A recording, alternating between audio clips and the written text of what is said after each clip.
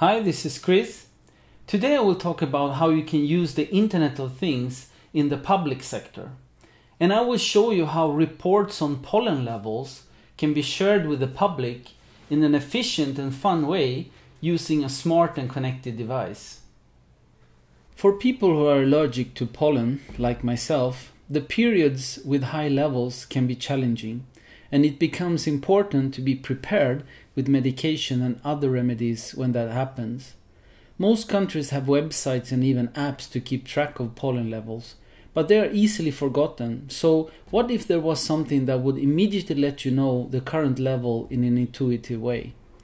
Let's build a device that could connect to a public API. And to do that, I will use an Arduino Yun with an LED dot matrix display, and to connect everything you need a breadboard, 8 220 ohm resistors and 16 jumper cables. To set up the hardware, you start by disconnecting everything from its power source and then connect the pins according to the table and diagram here. This is the Arduino code or sketch to read a pollen level value from an MQTT broker and show a corresponding smiley on the dot matrix display.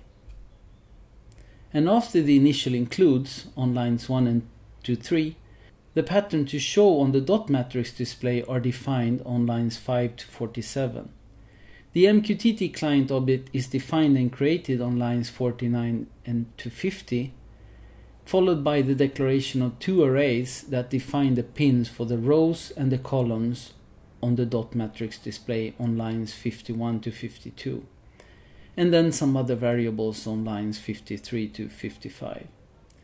In the setup, I set all the pins as writable on lines 59 to 63 and initialize the bridge on line 64. Then I connect the MQTT client to the server on line 65 and subscribe to the topic on line 66. I set up a timer that will be called the display function every other millisecond on lines 67 to 68, and I've included the link to the MS Timer 2 library there in the description. The eternal loop simply runs the MQTT library loop on line 73 that checks for publications on the server.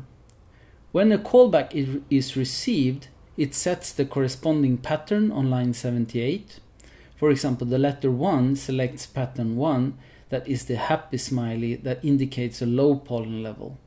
The letter 2 is the neutral smiley for a medium level, and the letter 3 is the sad smiley to indicate a high pollen level. The display function simply turns on the pixels on the dot matrix display according to the current selected pattern on lines 83 to 89. With that in place, a server application can publish a pollen level on the MQTT topic. And to simulate that, you can open a terminal and give the command at the top. And then you see how our pollen indicator changes accordingly. Imagine this device in a nice box and put on the wall at home or in the office where it can be easily seen by everyone. So that's how you can use the Internet of Things in the public sector. And with that, I wish you the best of luck with your Internet of Things projects. Thank you.